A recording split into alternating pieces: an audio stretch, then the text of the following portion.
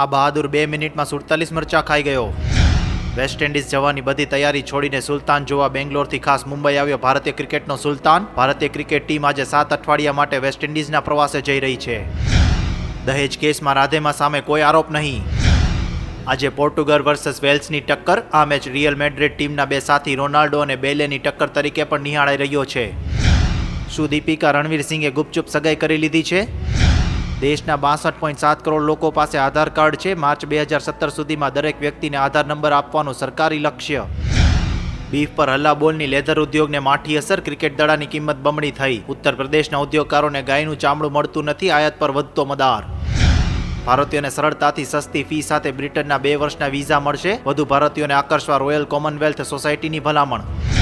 ખેડૂતોને 7% વ્યાજે કૃષિ ધિરાણ. 2% સબસિડી આપવા કેબિનેટનો નિર્ણય. સમયસર ચૂકવણી કરે તો વધુ સસ્તા દરે ધિરાણ અપાશે. સુલતાનને ડબલ ફટકો. રિલીઝ પૂર્વે જ ઓનલાઈન લીક. ઈદ 1 દિવસ મોડી થઈ. ગઈકાલથી જ ડાર્કનેટ પર સુલતાન ઉપલબ્ધ. ફિલ્મનું કલેક્શન ઘટશે. 300 કરોડના બિઝનેસ પર પણ પ્રશ્ન. સાંજ સમાચાર રાજકોટ.